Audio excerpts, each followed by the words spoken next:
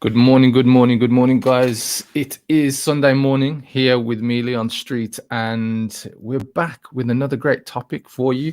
Today is the 3rd of January, 2021. So it's fresh, new year.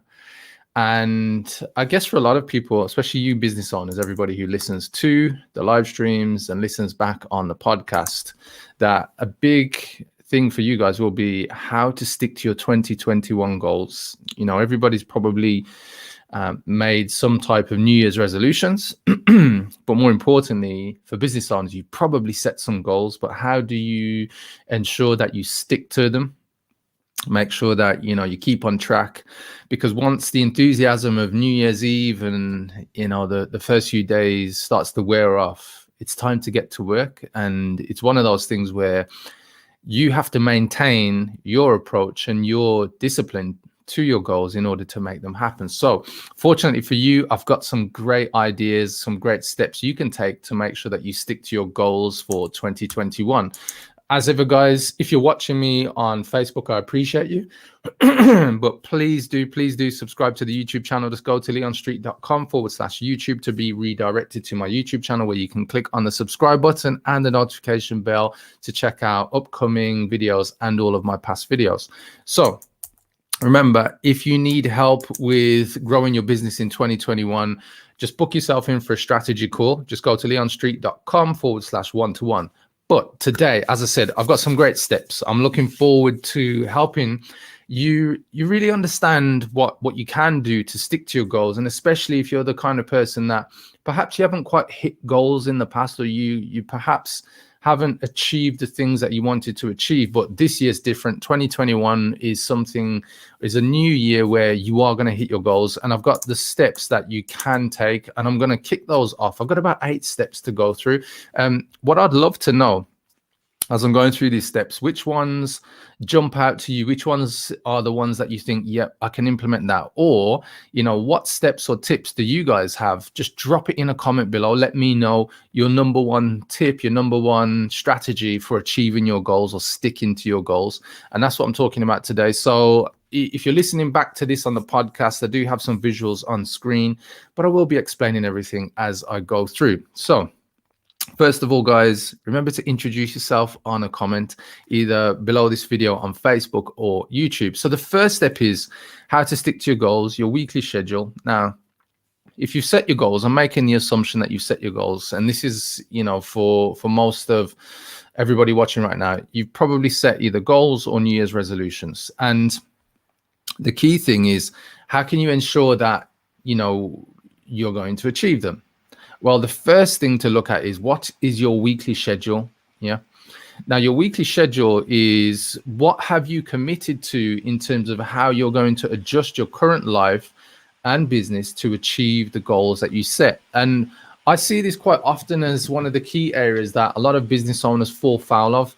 They continue with how things used to be last year, the year before that, probably 5 years ago. And they don't adjust their weekly schedule. So they don't adjust their lifestyle to achieve the goal. And that's one of the things that I often find, is the first step to failure, because people think that, they're going to take the same actions to get a different result. And I believe, often quoted, I think it's Albert Einstein who they usually quote with the common phrase, which is, let me think of the right words here. I just want to make sure we get it right. If you continue to do the same work or the same activity expecting a different result, that's the definition of insanity. And it's something along the lines of that. But the point I want to get to is that if you don't adjust your weekly schedule to allow you to achieve your goals, to set yourself up to achieve your goals, you're going to set yourself up for failure. You're not going to get a different result, or the result perhaps that you're looking for, or a significant change to increase the likelihood of that goal happening for you. And for me, this is one of the big things.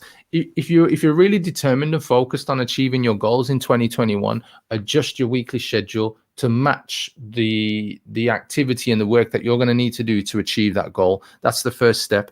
When you adjust your weekly schedule, you adjust it with your life in there, meaning not just work, but family time, husband wife time, time alone for yourself, time for different hobbies and whatever else, but you adjust your weekly schedule to meet the result, not to kind of just sit back and do things how they were in 2020 or 2019 or 2018. Adjust your weekly schedule. So that's step number one. What's step number two? Future Pulse. And the actual name, I've got to highlight Grant Cardone. He calls it Future Pulse, but it's really about future dates, setting yourself up and committing to dates that are yet to come. So dates for events, dates for goals, and the thing that basically pulls you closer to your goal. Yeah. And this is something that I see a lot of people don't have. They don't have things that they're working towards, as in dates I'm working towards, like dates for an event, dates for campaigns perhaps you're running in your business, dates for trainings to I don't know, wow your existing customers, dates for new offers, dates for new products, when you're going to implement things that are yet to happen, so in the future. And the reason why I like the term Future Pulse is because you're pulled forward. Now, if you think about your goals are something that you set in the future. You set them forward, but how are you pulled towards them? By putting future pulls, dates into your diary, into your calendar. And this is, again, something that, when I was younger in my business career, I went with the flow. I kind of believed, things will just magically happen. I didn't say magically happen. I kind of just felt like, when it happens, and I'll just keep working away and just busying myself. And what I found is that was one of the first steps to failure, and probably one of the reasons why my first business failed eventually, is that I wasn't really thinking, too far into the future. I was kind of thinking in the now, which was cool, being present in the now, but I had nothing really to head towards, to aim towards, that pulled me forward into the future towards my goals. So for me, step number two is have future pulls, have dates in the future that you're pulled towards. So good morning, Magdalena. Thank you very much for your support, continued support, Kahanya. So let's get into this. Step three. Step three is accountability. So if you've created goals, you need accountability around achieving them. And the reason, I'll tell you straight up, the reason being, as a business owner, you have nobody else to answer to. And so you let yourself off the hook when you feel it's appropriate, or when you feel the excuse is reasonable, or when you feel life is getting on top of you so much that you can say, you know what, I'll get to that thing tomorrow, or I'll get to that thing next week, or I'll do it next month instead. And we let ourselves off the hook. So accountability is one of the key things that if you're really serious about achieving your goals, you share your goals with somebody else. So you get a partner, an accountability partner, somebody who holds you accountable. And there is a key thing that I want to add here: somebody who holds you accountable, but not somebody who holds things against you. So if you're not quite on track, or you fell off track, or you're not quite on target to hit your goals, they don't hold it against you. They hold you accountable, but they're there to encourage you. They're there to help you to think of, how to be resourceful, to change the level of activity of what you're doing, or the things you're doing, to get back on track and make sure you achieve it. And so there's a key difference there. So you might want to get an accountability partner who it could be your husband, could be your wife, it could be somebody external to your close family, could be a friend. Yeah, it could be another business owner. And I see quite often a lot of people choose another business owner, or a coach, or a mentor. And they usually do that because they're usually also business owners themselves, or they've achieved that thing you're going for. But it doesn't matter who your accountability partner is. The key is to have one. But as I said, just make sure that person isn't somebody who holds things against you. Yeah, it's okay if they say, look, Leon, you keep repeating this, you set this goal, but you're not quite on target. But they don't hold it against you and say, you know what, you're just crap, you're no good, and they put you down, and they don't really help you think of a way to get back on track. Now, don't get me wrong, there is always the carrot and the stick, meaning there's good love and there's tough love. That will vary depending on your personality and the things that really motivate you and really charge you up. And I'll give you a quick example. There was there was this post on social media by Patrick Bet-David, a guy who I follow, top business owner, and he shared this post of this American footballer who was stood on the lines of the football pitch, the American football pitch, as the other team had won the Super Bowl. And he was the only player from the losing team, and he stood there through the whole ceremony of the other team winning. And what he was doing was using the fuel of failure to motivate him, to inspire him, so that he didn't experience that feeling again. So when I say get a partner, it's not about them putting you down and just leaving you there. But sometimes that pain can also be a motivator, but you've got to have somebody who is there for you, to encourage you, to support you, to say, you know, you got this, just keep going. Don't worry about the setback, keep going. So I just wanted to share a bit of extra on the accountability, because some people pick the wrong accountability partners, and that can really mess up your ability to achieve your goals as well. So step 4. Now, here's a really cool way: mastermind. So get around others who are either ahead of you or going in a similar direction, going for similar goals, but in, you know, their business. So it's not competing. And the mastermind, I've been a part of masterminds for years. I need to get back into a new mastermind this year, actually, but I've been a part of masterminds for years. I think one of them I was in a mastermind for about 5 or 6 years. The cool thing about masterminds is that you have the resources of the other person's minds, those other people in the mastermind there with you. And you know, quite often as a business owner, it can be lonely. It can be a lonely place. Like, who do you speak to? Who do you turn to? And it's not about just speaking to friends and so on. The mastermind literally is getting around people who are, you know, in a similar industry or just in business, and they can just give you that insight, that extra, you know, way of looking at a problem and tackling that problem so that you can get past it to achieve your goal in just a way that perhaps you had never expected, because they have a different set of skills, a different outlook on life and business, and they can just help you from that direction. So getting into a mastermind or some kind of supportive community environment is a big thing. And you know, I forget the original people who created the mastermind, but I'm sure it goes back to, you know, some of the leaders from the industrial age were the first people to really explore the mastermind principle in the modern era of what it's called in terms of the mastermind. So that's step 4. So what's step 5? Check in. Now this is a really important one.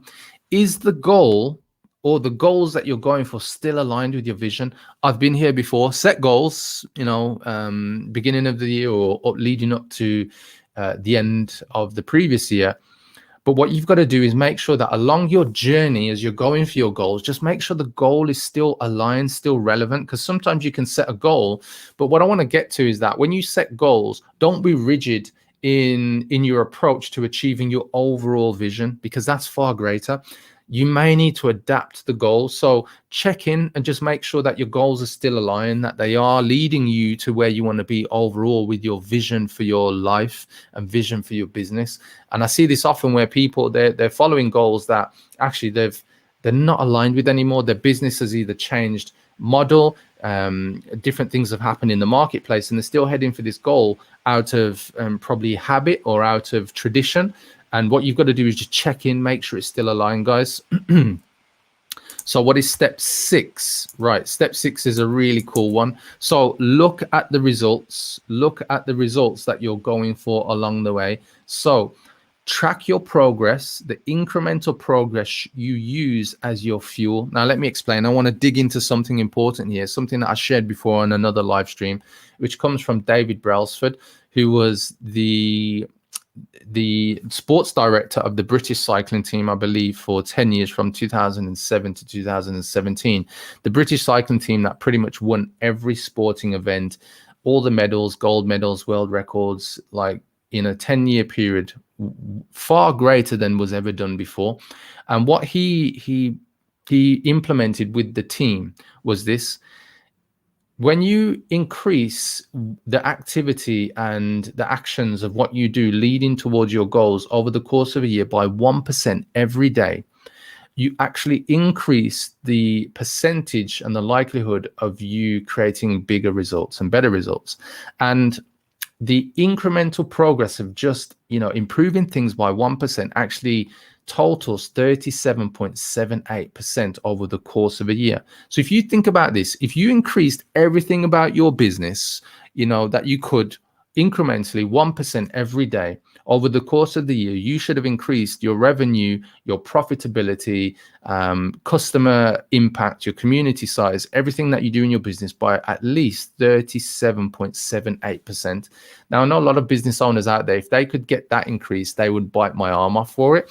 So what I'm saying to you guys is look at how you can use the power of tiny gains. I want to shout out James Clear here, the author of Atomic Habits. He was the one that I picked up on this story from when I read his book. And I think it's an amazing thing to look at because a lot of business owners can stomach a 1% increase because it's not really that big of a deal, right? I'm not, saying to you, hey, do 50% more than you've done before or 10% more. It's like 1%. And if you're behind on your goals, adjust the activity, not the goal. Yeah. So if you're behind, adjust the activity, not the goal. So if that means you've got to, really double down this 1% incremental improvement across everything you do every day, I'm sure will help you to achieve the goal even better. So that's step 6. So what is step 7? Well, before we get into step 7, I've got a nice little quote, a little reminder for you from Bruce Lee.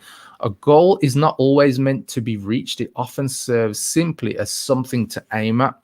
And I want to use this because quite often when you're going for a goal, sometimes people quit a goal and sometimes they quit it too early.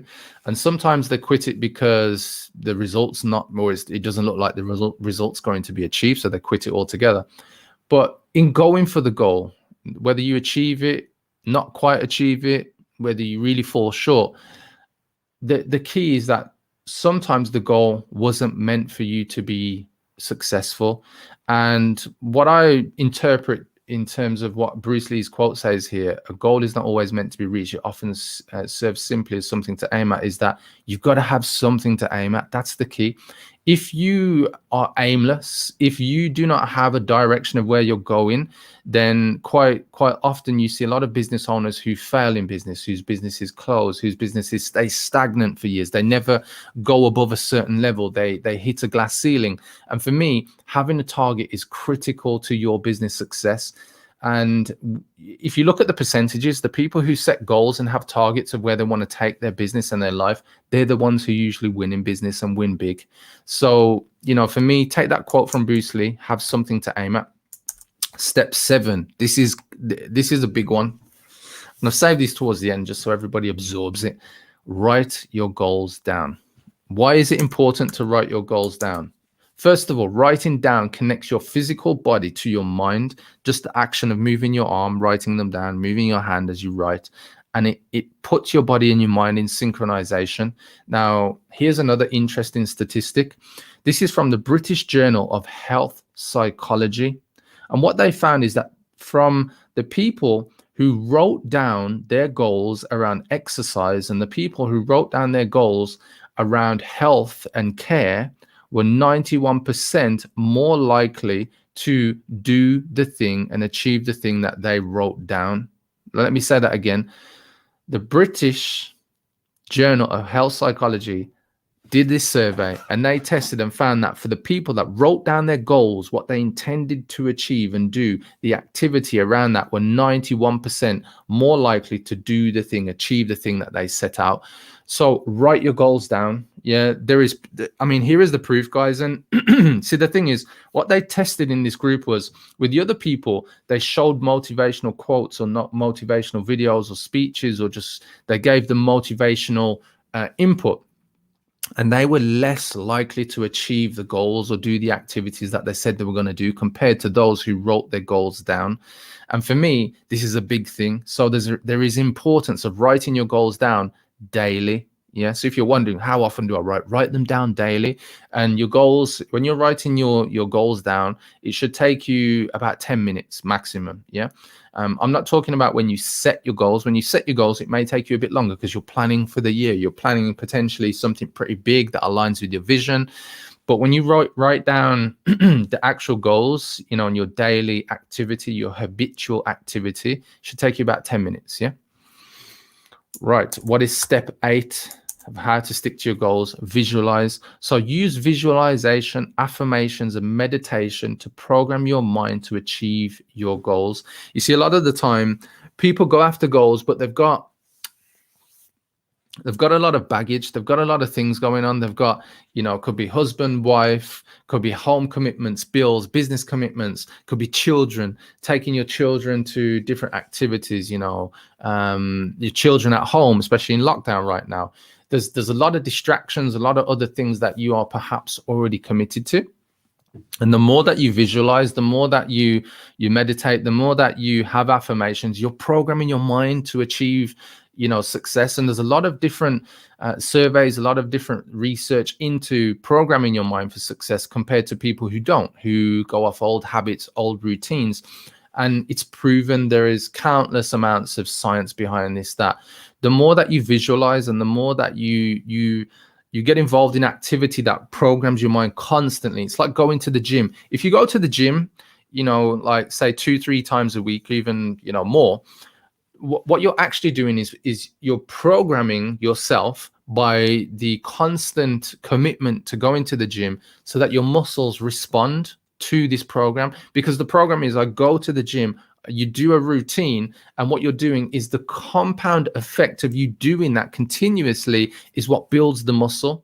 And so it's the same thing with achieving your goals. The more that you program your mind so you're focused, you see the goals, you understand it, you start to feel it, your body kind of is empowered by it. And it goes beyond just visualizing. It goes to like the feeling, the feeling of, what's it going to be like to achieve this goal? What's it going to be like having achieved this goal? And the more you program and compound the interest of programming yourself and visualizing it, the more likely it is that you are going to achieve the very thing that you set out to do.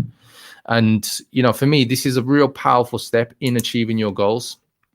Now, final quote that I want to share with you. And I guess there's a little step that I want to share before going to this final quote, which is, if there's a step or a tip or a strategy that you use to stick to your goals and I haven't mentioned in the 8 steps today, please share it in a comment below this video. I'd love to know your take on how you stick to goals, maybe something that I can use as well to help me stick with my goals. And, for me, the key is that, as I said earlier, and as I shared throughout this, is you've got to have something to aim for. That's the key.